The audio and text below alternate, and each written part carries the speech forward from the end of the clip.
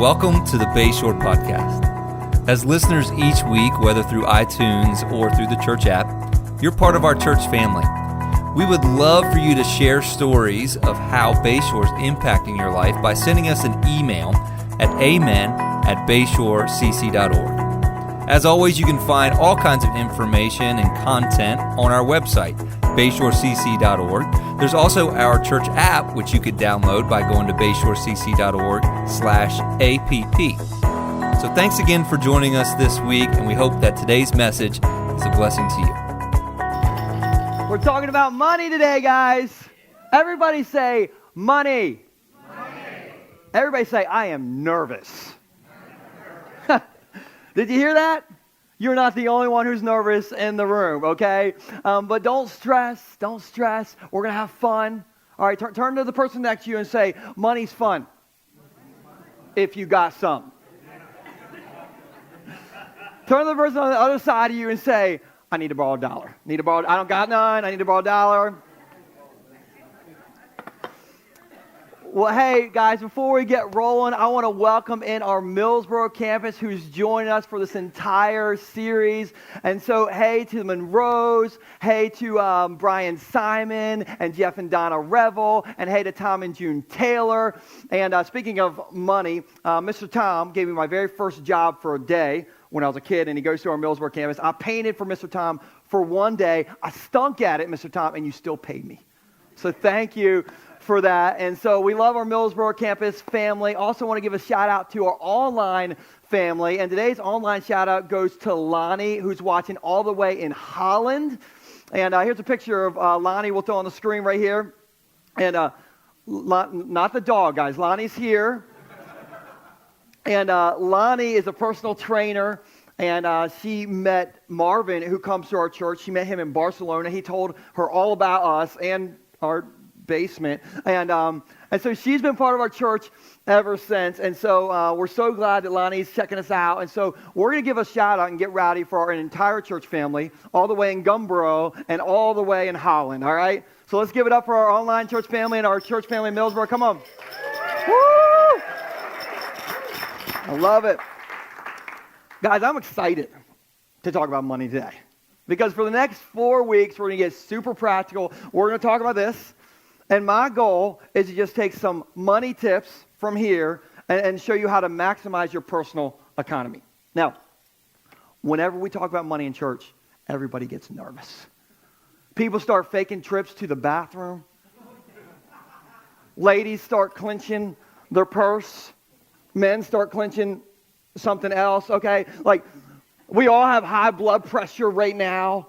And so let me just start out with a story to help everybody relax, okay? So recently I had a little procedure done.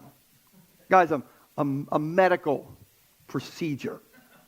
Now, I'm not going to tell you what this medical procedure was for a few reasons. Number one, it would be really awkward for me. Number two, it would be way more awkward for you all. Number three, my mother is watching this from the Millsboro campus right now, so awkward all around. And so we're just going to call this a mysterious procedure. Now, some of you, you're still curious. So, some of you already have a theory, all right? And so I'll just say this, okay? This little procedure that happened to me significantly reduces the chances of more Joel Juniors running around my house, okay?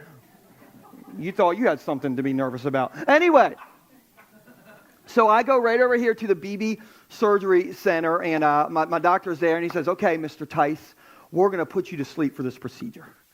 I was like, oh, thank goodness. And he says, well, how do you normally respond to anesthesia? And I said, I don't know. It's been like 25 years, but just give me the legal limit, doc.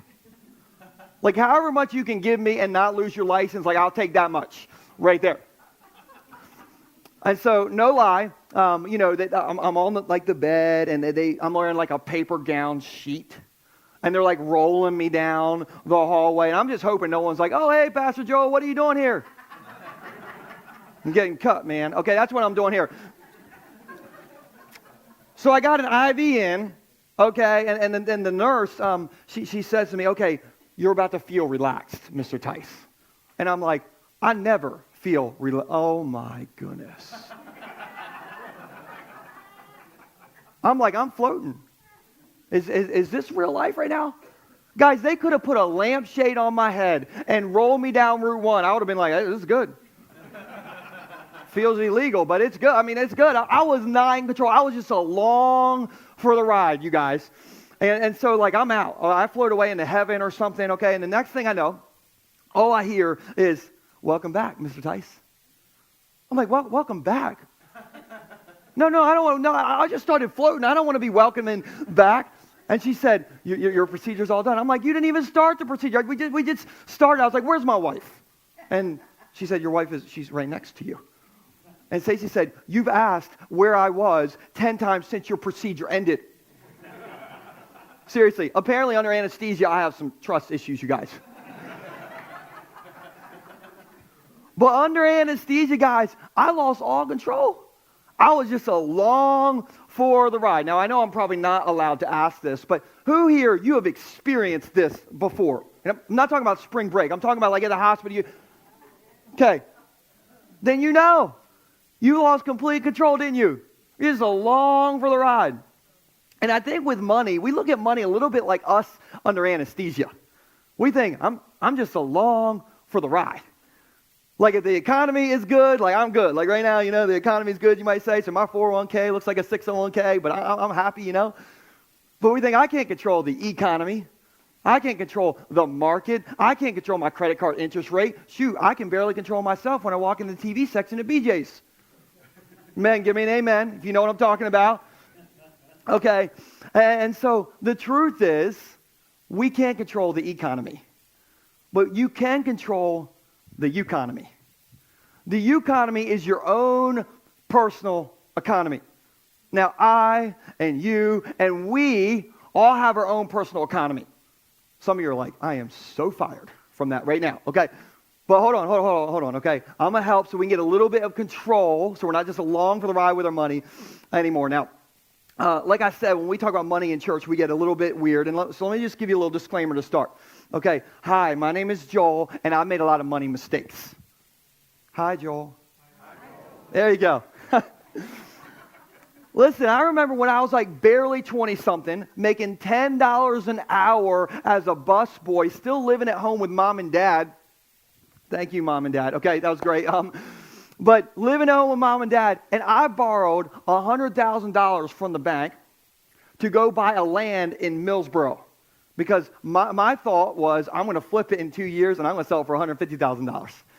2 years went by and the real estate market went. You guys remember that? Yeah. And so that land was not worth $150,000. Fast forward 13 years to today, I still own that lot because I live on it. And the last lot to sell in my neighborhood did not sell for $150,000. It sold for $40,000. So I named my lot this week Bitcoin, okay? So I just named it.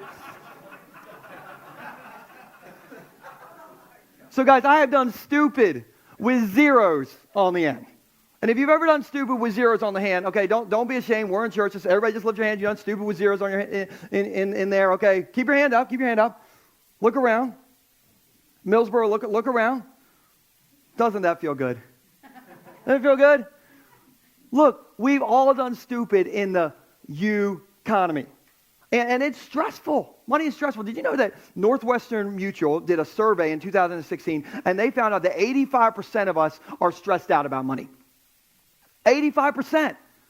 Do you know what that means? It means the rest of you all are on Prozac or something, or anesthesia.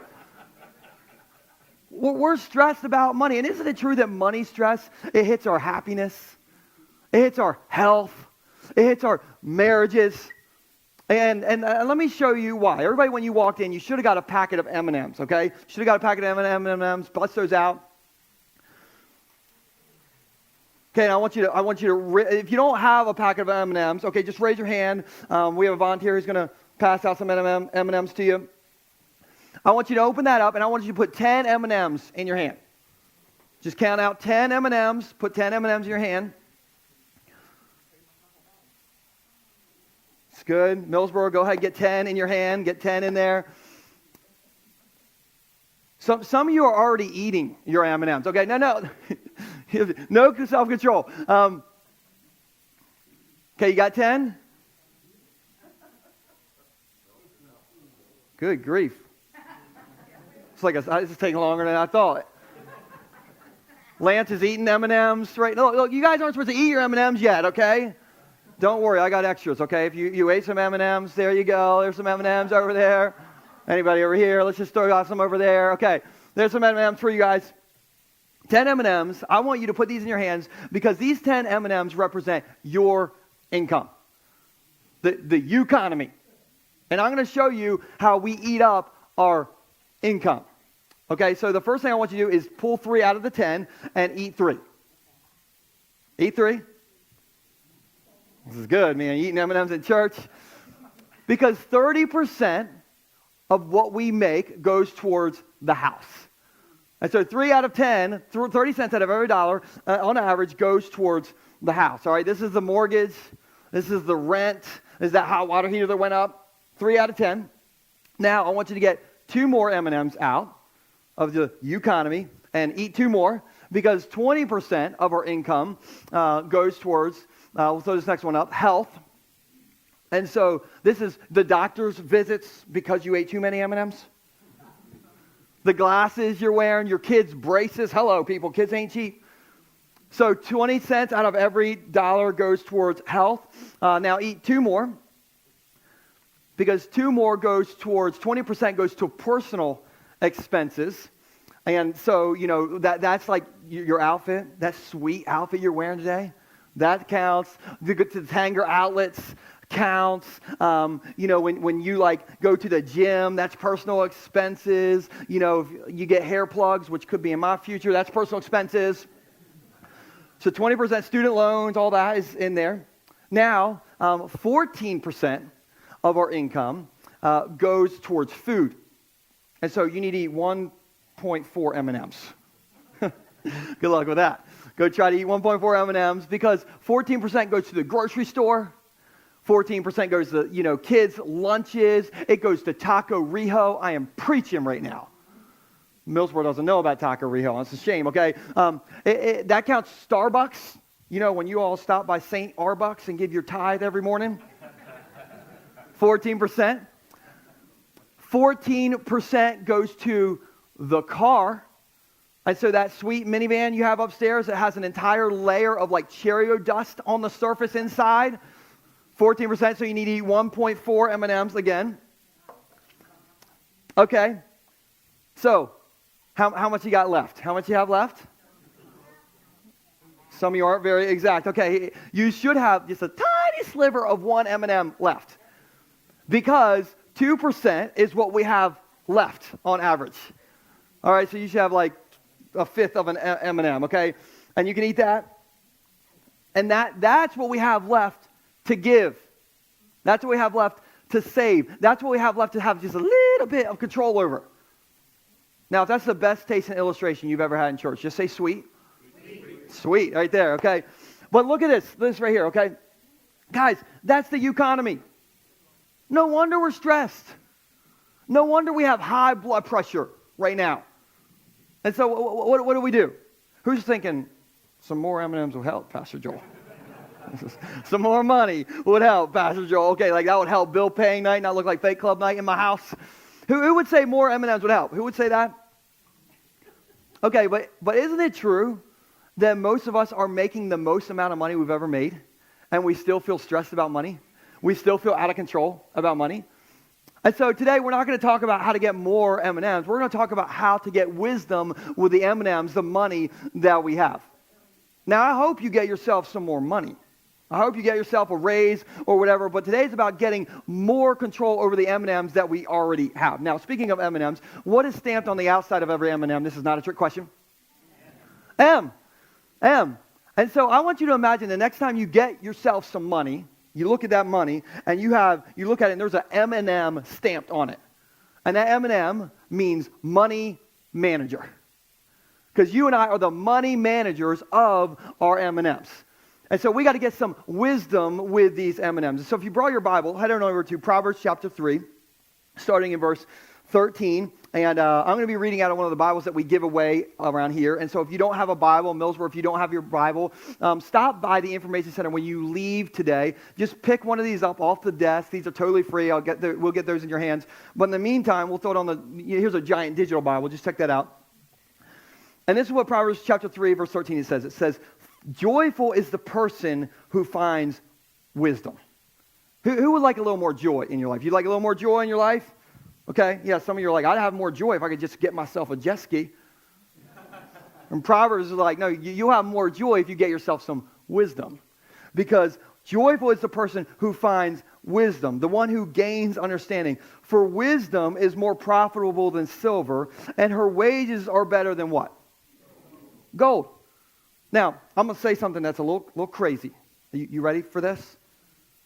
Millsboro, are you ready for this? Okay. We'll throw this on the screen. Money will give you a happy moment. I have never seen a sad person on a jet ski. Money will give you a happy moment, but wisdom will give you joy for a lifetime. Money will give you a happy moment, but wisdom will give you joy for a lifetime. Guys, step one is wisdom with what you already have. Now, if you have wisdom, you can get yourself some more money. You can invest what you have and earn some money. But the way that we become good money managers, good with our M&Ms, is through wisdom. And so the first thing that we need to remember is, and we'll throw this on the screen, is we got to invest in wisdom. Invest in wisdom. Now, what's wisdom? Okay, we'll throw the definition of wisdom up on the screen. Wisdom is living out God's advice and not repeating past mistakes. Living out God's advice and not repeating past mistakes. Wisdom is that little voice inside of you that says, you remember when you did it last time? Watch out. That's what wisdom is, okay? And isn't it true that the best wisdom is normally really, really basic and simple? Really, really basic. It made me think about these kids' math homework that I saw on the internet this week. And they just kind of gave some basic answers, and there was a little bit of wisdom in this, and I thought it was funny. So let's check out this first one. So Hope here has to name the quadrilateral.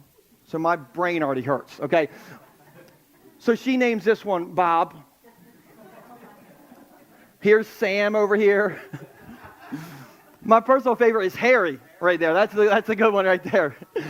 Oh, but it's so basic, but it's a great answer. Here's another one. We'll throw on the screen. Okay, find the difference between 8 and 6. 8 is all curly. 6 is not. That kid needs an A. Can we agree? Give that kid an A. Like, that's amazing. Okay, here's one more. My personal favorite. What ended in 1896? 1895. These kids, they're going somewhere. It's not college, but it is somewhere, okay? But I love those answers. And listen, when it comes to the Bible, okay, the Bible's wisdom is a little bit like that. Okay, you read it and you're like, really? Like, that's it? That's it? That seems really, really basic. But the stuff that we're going to talk about today, okay, it's not complicated. You're not going to need a CPA to break this stuff down for you, because isn't it true the best wisdom is normally really, really basic? It's true. And so nobody's going to walk out of here today and be like, oh my goodness, that was brand new stuff. And, he gave away M&Ms. Like, Pastor Joe, he's brilliant. Yeah, no one ever says that, okay? So you're not going to say that today. Okay, but the Bible's wisdom on money is really basic. And so here's our first one. Wisdom says, don't get rich quick. Wisdom says, don't get rich quick. So in our house, Sunday night tonight is pay night with my kids. Every Sunday night, I sit my kids down and I talk to them about money. Now, my kids are 3 and 5 years old. And so things go off the rails 100% of the time.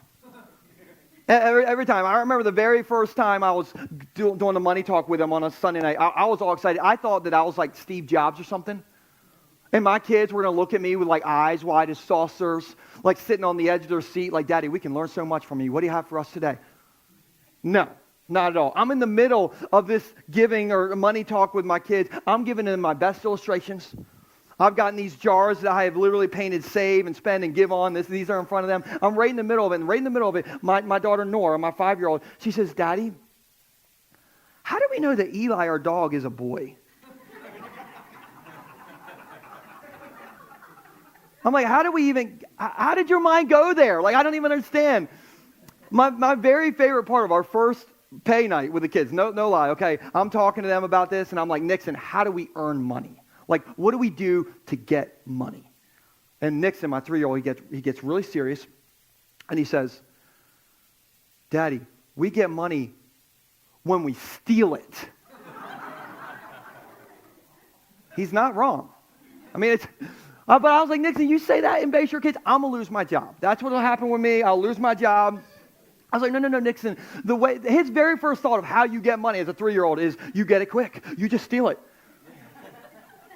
And I'm like, no, Nixon, okay, we work hard. We earn money. If you steal it, you're going to go to the clink. It's jail time, man. That's what happens when you steal money. But I know nobody in the room, you're not free, but we all want to get rich quick. That's why sometimes you invest in the lottery. And in like pyramid schemes and in Bitcoin and like investments where it's like you will double your money in 90 days. And if all this kind of sounds like a conference you went to last weekend, get out while you still can, okay? But let me show you what Proverbs 13:11 says. It says, wealth from get-rich-quick schemes. What happens when you try to get rich quick? Quickly disappears. Everybody say, you is broke. Wealth from get-rich-quick schemes quickly disappears, but wealth from hard work grows over time. It grows over time. Okay, so the point is, if we're not good money managers, you might get rich quick, but you'll lose it really quick as well. And so wisdom says the way you build wealth is you have to work hard and leave it there for a long time. That's how we get rich over time. So wealth is cooked in a crock pot, not in a microwave, you guys. You know what the great theologian Warren Buffett says? He says the best way to gain wealth is to take your hard-earned money and invest it in like a boring mutual fund that basically just tracks the market and just leave it there for a really, really long time. Now, you won't double your money in 90 days, but historically you'll double your money every 7.2 years. And you don't have to go to prison, which sounds good, right? And so you might be saying, okay, well, Joel, if you can't get rich quick, how do you build wealth in the economy? And that's a great question. Thank you for asking that. Thank you so much. Here's how, and we'll put this on the screen. Here's the 3 ingredients you need to put in the money crock pot. Okay, here it is. Hard work plus boring investments plus time equals more M&Ms. Hard work plus boring investments plus time equals more M&Ms. It's basic because it's wisdom. And it's not wisdom from Warren Buffett. He stole it from Proverbs. And so don't get rich quick because wealth is built slow. Here's the second thing that wisdom says. Wisdom says debt isn't your friend. Debt isn't your friend. Do you feel that? Bo, do you feel that? Millsboro, can you feel it? It just got tense in the room. Everybody's blood pressure just went up. Your Visa card just had a heart attack in your pocket. Well, let me start out and say this, okay? Debt is not a sin. Nowhere in the Bible does it say that debt is a sin. But it's not your friend either. In fact, do you know that the Bible talks about money over 800 times? Everybody say that's a lot. Over 800 times. And out of those 800 times, not one of them talks about debt in a good way. Out of 800 verses, not one of them talks about debt in a good way. I know, I thought about the airline miles as well, okay? But just say this with me. Debt isn't a sin, but it's not my friend either. Now, why isn't it our friend? I mean, the commercials make it seem pretty friendly, right? Well, let me show you why. Look at Proverbs chapter 22. Verse 7, and it says this. It says, the rich rule over the poor, and the borrower is what? Slave to the lender. Okay, so if you've ever had debt kind of like steal your freedom a little bit, just give me a little pinky. Just a little pinky. Wow, oh, wow, okay. Lots of pinkies. So when I remember when Stacy and I went to sign the paperwork, the loan paperwork for our very first house. Okay, I'm like 25, Stacy's 22. We walk into this loan office, okay, we're happy, we're smiling, we're in love, and we sit down at this table, all of a sudden, they pop this down. Did this happen to you guys as well? I'm like, what is this, the Webster Dictionary? Like, what's happening right now? And they're like, oh, no, this is just your loan paperwork. Now, Stacy and I, we were about to get married in a week when we were signing this paperwork. Now, I didn't want her to think that I didn't know what I was doing. And so when they said to us, they said, Mr. Tice, do you understand what you're signing today? I was like, absolutely, I do. Yep. I get this. And I was like, where do I sign? And they're like, well, you just need to sign these 457 pages. I'm like, okay. And they gave me a pen. And so I started signing all these pages and signing all these pages, and like my hand was hurting, and finally I got to the end and I signed all the pages. And at the end, I'll never forget, they said, and you can keep the pen. We like to throw in the pen with our deals. Okay. But there was one piece of paper in the stack that gave me nightmares. It was a piece of paper that told you the total amount that you would pay over the life of the loan. Do you guys remember this piece of paper? Oh, yeah. It's like a Stephen King horror movie, you guys, okay? Listen, we were borrowing $240,000 at 5.25%, which was good back then. And it didn't say $240,000 on the piece of paper. It said that we were going to pay $477,000 over 30 years. I was like, I'm going to need some more pens. And I walked out of there and I was like, I didn't just get a house. That house just got me. And debt costs us a lot, right? Like in that situation, the interest alone almost cost me as much as what I was borrowing. And on credit cards, we don't borrow at 5.25%. We borrow at 16% on average. And on average, we have $15,000 in credit card debt, $28,000 in car loans, $47,000 in student loans. And we don't feel free, we feel strapped. Why? Because the borrower is slave to the lender. And if you like go to a car lot, and there's a car salesperson talk to you, there's nothing wrong with car salespeople, but you know what a good one will say to you? They'll say, oh, you look good in that car. You need to get yourself in that car. And you're thinking, yes, I do. But Proverbs is like, no, you're not getting a car today. That car just got you today, right? That's what Proverbs is telling us. And so next week, I'm going to show you how to attack debt. It's going to be really simple. You'll be able to do it on one piece of paper. Okay, you're not going to need an entire ream of paper to figure all this out. But it'll be really practical. We'll do that next weekend. But in the meantime, guys, it is so normal to think credit card debt and car debt. Yeah, I have that. I got debt on my lawnmower. And that's completely normal, okay? And we say, that's just part of the economy. That's just I'm just along for the ride on my lawnmower. I'm just along for the ride. Now, it kind of reminds me of this joke I heard this week. It's about this guy, and he works on a construction job site. And every day, he would come to the construction job site, and he'd have his brown paper bag lunch. And every day in that brown paper bag, he'd have a dumb bologna sandwich. And every day, at lunchtime, he'd pull out his dumb bologna sandwich, and he would be like, oh, man, I hate bologna. Bologna again. And he'd sit there with his bologna sandwich. All his coworkers would be like, yeah, we all hate bologna, And so one day, he's sitting there, and he pulls out his brown paper bag for lunch again. He pulls out his bologna sandwich again. He's like, are you serious? A bologna sandwich again? And one of his coworkers was like, man, why don't you just ask your wife to pack you something other than a bologna sandwich? And the guy looked back at him and said, hey, you leave my wife out of this. I make my own lunch. Some of you will get that on the ride home. Anyway. But when it comes to our money, when it comes to our credit card debt and our debt, look, we make our own lunch.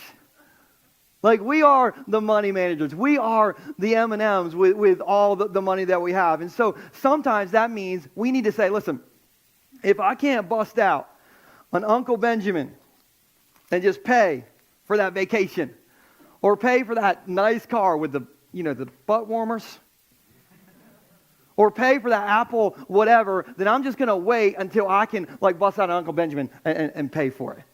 Now, did you know that when you use cash instead of swiping a card, that you spend 12 to 18% less on average?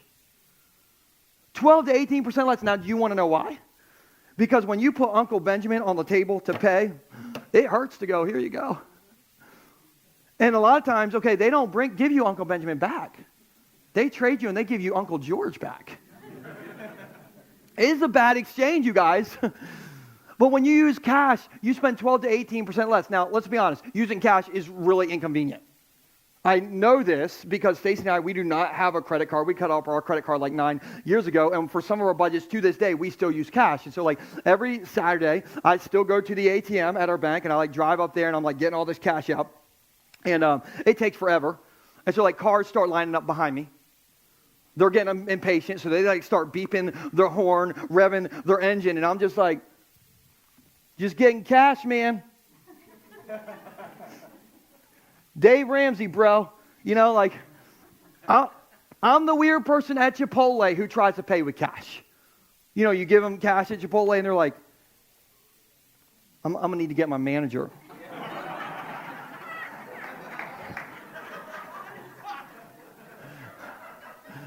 And the manager's like, you know, what did he say? He says it's cash. We don't know. Like, and, you know, people's guacamole is getting brown. I'm just like, Dave Ramsey, man. But when you spend cash instead of swiping a card, you spend 12 to 18% less. And so when you wait until you can actually pay for it, if you do that, you just got a 12 to 18% raise. Just fist bump somebody and say, I just got a raise in church. It's good. You got a raise in church. Now listen. I have an MBA. I have a master's in business, and they never taught us this stuff in any of those classes. Shouldn't we be teaching our kids this stuff in school? We should be teaching them this stuff. And wisdom, it's basic, but it says, hey, debt isn't your friend, and don't try to get rich quick. And then the last thing is this. Wisdom says you can't outgive God. You can't outgive God. Now, I was thinking about my wife, Stacy, this week. And guys, I married up, like way up. All right, I remember when like Stacey and I, we started dating, you know, the butterflies were flying. And when Stacey and I were dating, she didn't cost me very much. Like we would go to the Millsboro Diner for our date, man. It was cheap. And like sometimes she would pay. Praise the Lord. And eventually, you know, like we fell in love, and I was thinking about asking Stacey to marry me. And I remember, you know, I would ask like my brother and my mom and dad and my friends. I'm like, okay, what do you think about me asking Stacey to marry me? And they all basically gave me the same answer. They're all just like, Joe, you're never going to do better than that. It was so like matter of fact. Like that's as good as it's going to get for you. So you need to lock this down, okay? Like right now. Like thanks, Dad. So I remember we went to Robbins Diamonds up in Christiana to pick out an engagement ring, and Stacy picked out a great ring, and they don't have the prices on any of them.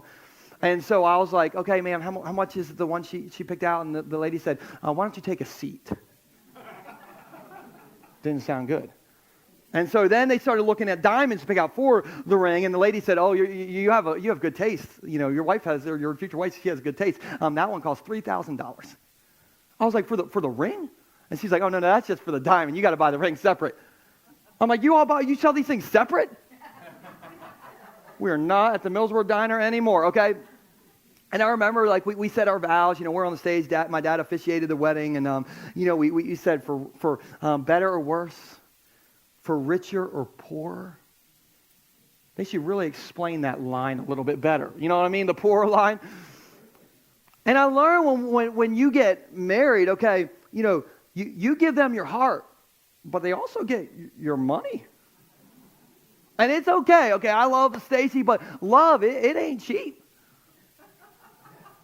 Kids, they are not cheap. Come on, parents. Kids are not cheap. Let me show you my favorite picture of my kids, okay? Each of them. This is my favorite picture of my kids right there. Isn't that the best, both those pictures?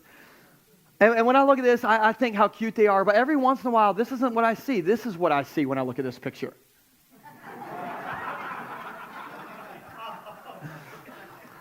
They're not cheap. Pay night is tonight in my house. It is not cheap. And when you love something, it's not cheap. And you know what? When we love God, He gets our heart, but He also gets our money. He also gets our money. One of the things that I believe is that it is all God's. God owns it all. All the money that I have, it is all His. And so when I save, when I give, when I spend, it is all His. And if you're a Jesus follower, okay, we don't tithe because we think that God needs our money. We tithe because we know that God wants our heart. And the reason that tithing is huge is because it reminds us that it is all His. And when we just give a little bit of what we have back to Him, we remember that. And the reason I say that you can't outgive God is because of what Malachi 3:10 says. And so we'll throw this on the screen. And Malachi 3:10 says this. It says, bring the whole tithe, which means 10% of what you make, into the storehouse, which is the local church, that there may be food in my house, in my church. Test me in this, says the Lord Almighty, and see if I will not throw open the floodgates of heaven and pour out so much blessing that there will not be room enough to store it. In other words, God's like, okay, listen, when you're a wise money manager and you take one of your little tiny M&Ms and you put it into my jar. When you do that, okay, I am going to pour open the floodgates on you. I am going to bless you so much that you cannot contain it. Test me in this. Now here's the thing. It might start out as a little trickle. Then it might turn into a little stream. And then it's going to turn into a river until you can't contain it anymore. And God's like, hey, just when you think it's done, I'm going to keep on going. Test me in this. And listen, you remember when we tithe, when we're good money managers, that's what releases the floodgates of God's blessing. You remember when Jesus famously said, if you're faithful, if you're wise with just a little bit, I'll bless you so much more. You remember when Jesus said that? In other words, Jesus is like, if you just show me that you can make it on 90% because you gave like one little thing to me, I'm going to look at you and be like, oh, this one can make it on 90%. This is a boss money manager right here. You can trust this one. Guys, pour out the floodgates on him. Bless this one right here. Because you can't outgive God. You can't outgive God. I remember when Stacy and I were almost 25. I was almost 25, and like we were broke. Our mortgage was almost 60% of our take-home pay. We didn't have any money. Well, the most important thing that we did during that period was tithe. And like I said, we didn't have any money. Stacy drove a Hyundai Elantra that had a loose belt and it smoked. When we couldn't fix it, okay, we didn't have any money to fix it. I remember every morning she would have to go to work before me, and the way I would wake up is I would hear her start the car in the garage, and I would hear, ee! And I would get out of bed, and I would look out the window, and I would just see the smoke trail leaving the neighborhood. I was like, oh, it's okay. It's just Stacy. She's going to work. But we tithe the entire time. And now, fast forward today, we have a financial accountability group. And recently, Stacey and I opened up our books to our financial accountability group. They saw how much we make, what we've saved, what we have in retirement, what we paid off. They saw the whole thing. And twice, one of the couples pulled us aside and said, this doesn't make any sense. Like these numbers and what you've been able to do and pay off since, with your income, because we know your income now, like these numbers don't make sense. And Stacey and I, neither one of us were like, Dave Ramsey, bro. We both said, we know. God did it. Because you can't outgive God. And you might say, well, Joel, I can't afford to tithe. And I get that. Believe me, smoking Hyundai Elantra, I know. But I believe that you can't afford not to tithe. I believe that. And because tithing reminds us that it's all His, and it forces us to be wise money managers with the little bit that we have. And then God blesses that. And if you say, well, I can't give 10%, just pick a percentage and start there. Because you can't outgive God. And here's what wisdom says. Let's put this all together. Wisdom says you can't outgive God. It says that debt isn't your friend. And it says don't try to get rich quick. That's wisdom. And it's not wisdom from me. It's not wisdom from Dave Ramsey or Warren Buffett or Susie Orman or Oprah, for goodness sakes. It's wisdom from your Creator. We're just the money managers. with M&Ms in our hands. And so you can either let it take you for a ride and be out of control, or you can get control of it and God will open up the floodgates on you. He says, test me in this. It's up to you. The M&Ms are in your hands. Let me pray for you guys. Jesus, I'm so thankful that you get so practical in Proverbs and in Malachi, and Jesus, your words where you just say, if you're faithful with a little bit, I'll trust you with more. God, you're so practical in your word. And over 800 times when you talk about money, you taught us so much, and it's wisdom, it's basic wisdom, that a lot of times we think, well, we need more complexity or we need something other than that. But God, I just pray that we'll take those words today and we'll start thinking about our personal financial situation. And we'll take that into consideration, because a lot of times we have stress and we feel like we're just along for the ride. And God, I pray that we'll look at that and say, maybe a different plan is better. Maybe your words from thousands of years ago still apply today. And so, God, I just pray that you'll help us to be wise money managers. And God, I'm so thankful for how I've seen how you bless others. Sometimes it's financially, sometimes it's something completely different than financially. But God, you've blessed when we are wise money managers and we give back to you. And so, God, I'm just so thankful for the people in this room who have taken that seriously. And I pray for those who don't, that you'll just give them the strength they need to begin that. In your name, amen.